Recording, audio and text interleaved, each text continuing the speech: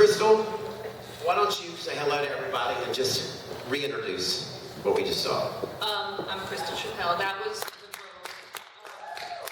it was really meant, it was created to be a web series, but we decided, most web series are 6 minutes long. I have another show that runs anywhere from like 11 to 26 minutes. We decided to just shoot this thing in its entirety and see what it would become. It's about 70, 72 minutes, and we put it up January 1st, and I think we've gotten over 88,000 views since that time. I'll talk more about that, but we really wanted to see how long people would sit on the site, how long people would, how they watch it in 20-minute increments. It was a wonderful creative experiment. Well, we enjoyed it, didn't we? Yeah. Grandmother here, they are very supportive of the Macon Film Festival, and a few times I heard my mother say, "Oh my Lord," "Oh my Lord," from the language. Sorry, Mom. So, I'm probably gonna have to have you all scoot down this way because I'm gonna need the ladies on the end to be able to have a microphone too. So let me move everything down. And. Okay. Cindy Hill to the rescue with the roving mic. And I'm going to just open this up and let this be a conversation. So would y'all please chime in on anything you would like to add, anything you would like to say. If you out there have a question, you're going to need to raise your hand. And do we have any other microphones in here? No, give it to that. Okay. We don't have any other microphones, so you're going to have to project your question. Do we have a problem with that out there? No. Okay, good. Okay, good. Let's start out and this is your second web series, correct? Yep. What was the inspiration for beginning the first one? I was pissed off. Sorry, Mom. I was on a show called Guiding Light that was canceled in 2009, and they told a beautiful love story between Jessica Lucia and I. And, you know, just with Network and Procter & Gamble, they wouldn't allow the two of them just to have a simple kiss on the cheek. Nothing more. I do that with my girlfriends all the time, you know. They wouldn't let that happen, so the show was canceled, and the reaction from that particular storyline was really, really strong and positive. And so we wanted to take that story and put it on the web, where we had some creative freedom. And when you did that, the reaction was? Tremendous. It's been a tremendous ride. We're in over 193 countries in the world. People watch us. And it's a subscription-based show, and the subscriptions, as well as the sponsorships, as well as the merchandise, all fund the production, and it pays for itself. Well, I'll tell you, she's really good about social networking, social media. So if you're on Twitter, follow her at Crystal Chappell, because she burns it up. And let me tell you, when we announced that she was coming, the Twitter feed went crazy. I think they were all right here. So it was very cool to see all these people very excited about her coming. And some of y'all came from a long way away, didn't you? Oklahoma City? Where? North Carolina? Where else? DC? Charleston? Indiana. Where? Indiana. Atlanta? I see hey, where'd the hand back there come from? You were waving. Atlanta. It's from Atlanta. And I know somebody came in at the last minute tonight from Orlando. There she is right there. So we're very happy to have y'all in the great city of Macon, Georgia.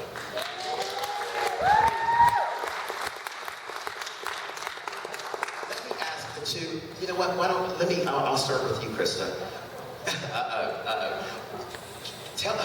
When did you get involved with this project, and were you involved with Venice? I met Crystal right at the end of season 1 before she started season 2 of Venice.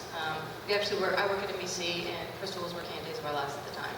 So I wrote an inter-office memo to introduce myself, and luckily she said, hey, yeah, I'd love to have lunch with you. So that's really how it happened. And that's how it happened. That's how it happened. Very good, very good.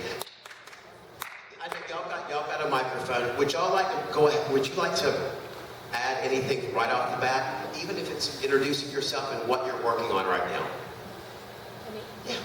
Well, my name is Katie McLean, and I'm very honored and privileged to be invited here to ask Crystal questions about her series and her progress throughout daytime to come to this point, producing her show.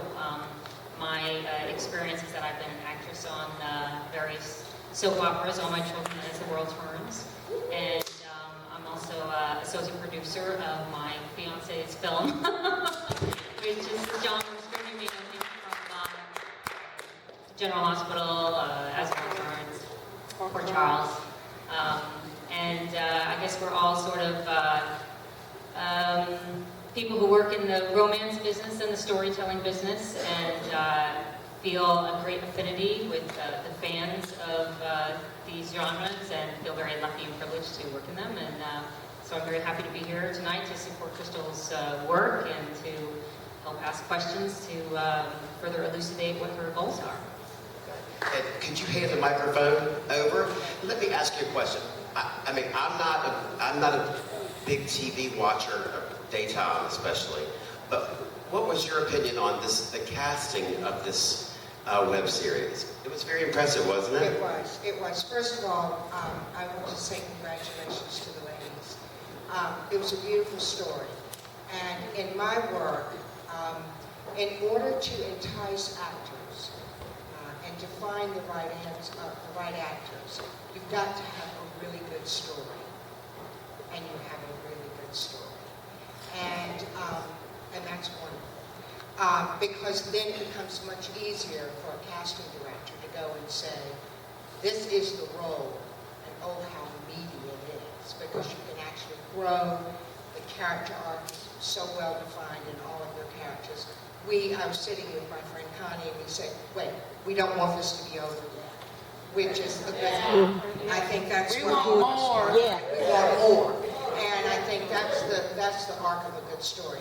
So in using that story, the actors that you chose were just excellent. And another thing, when you do have a very good story, I think all of us as an audience wants to really believe that these actors are real, organic, we know them, and this is what I felt. So congratulations, everyone.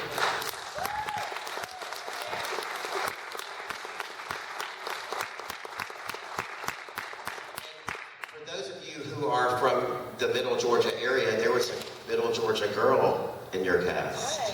Can you tell us who she was? You know Bobby Eats? Bobby Eats, who was on Bold and Beautiful Forever and All My Children, and is a very dear friend of mine. And yes, she's from about 30 minutes outside of Macon, I think.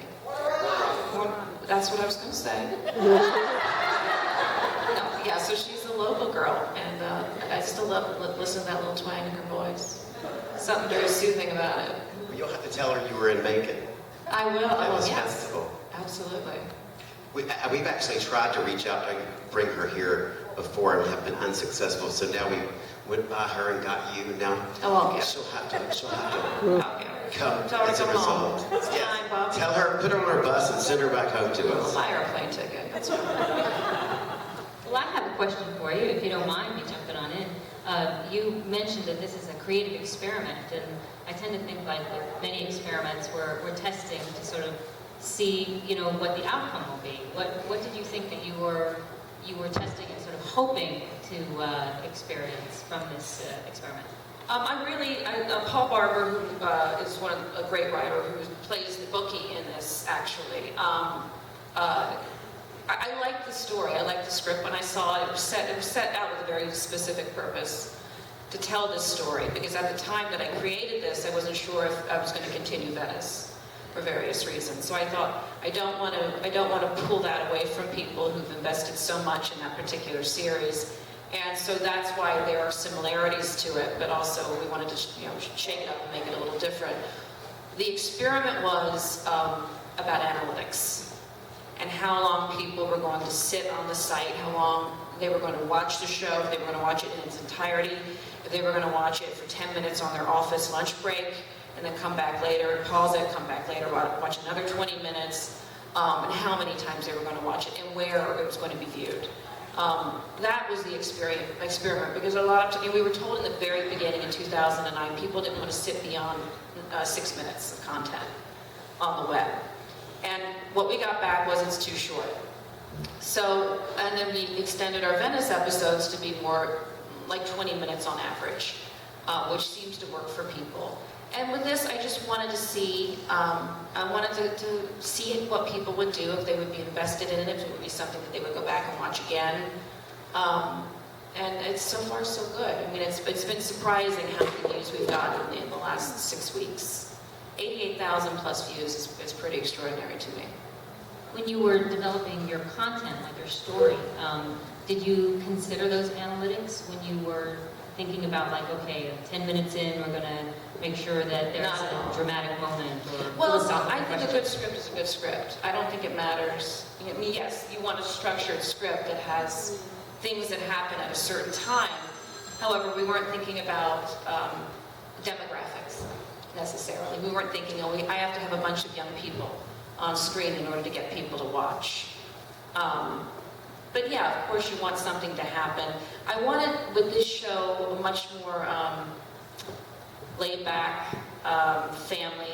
Really just, it's a family style show, but it has these little twists and turns. I'm an Irish girl, as you know by my tweeting and my drinking. And my tweeting. And Drunken tweeting. that's right, that's tweeting. I grew up in this family. So my family's name is Doyle, and that's where the name came from. Of course, we didn't have this rival family, but, you know, it's about that lifestyle. I have a bunch of weirdos in my family, too. That Kincaid group, I swear to you, some of them are modeled after family members. So it really is just sort of this, I wanted this little essence of my family life, my growing up, but set in a very small Central Coast town, which is where I actually live now. So that's where that came from. Sorry, one more thing. I just was really intrigued with that. There's an enormous amount of philosophy I felt in this episode, or, you know, what does it mean to be a man? You know, what is the role of one family against another? The two women in the car talking about just how they connect is, you know, in a very, you know, philosophical way. I mean, is that your touch on it? I mean, since you were such a big part of writing the script, is that your husband? Yes, it's definitely our. My family's not philosophical, no. No, they're fun, not philosophical. But yes, it was definitely mine were Michael Sabatino, who's my husband, and Paul Barber, and we all just sit around and quote very famous people. Not really. But sometimes in daytime, you know, there's a tendency to, like, sort of, the scripts can be oversimplified, and you don't get to ask the deeper questions. And I really was impressed that you kind of really went there, and you allowed these characters to have very, you know, intelligent, you know, perceptions of their world, of who they are in their world, you know, without hitting it on the head, you know. They're Right. not like, Well, don't you think scholars, part of the you know. problem, I mean, this is just my opinion, but you can agree with me if you want to. Don't you think part of the problem with some of daytime is that they do oversimplify it? That they underestimate the depth of their audience. You're smart, you get it, you know, and we're just putting other words to it. And I like that about the script. I agree. And I think there's a tendency to, when you go to the internet, that I think there's a longing to go for the lowest common denominator, as opposed to that concept of thinking the most of your audience and really believing that they're going to absolutely understand and get what it is that you're trying to say. And I think that approach that you've chosen is obviously, you know, it's having a big response. Yay. Congratulations.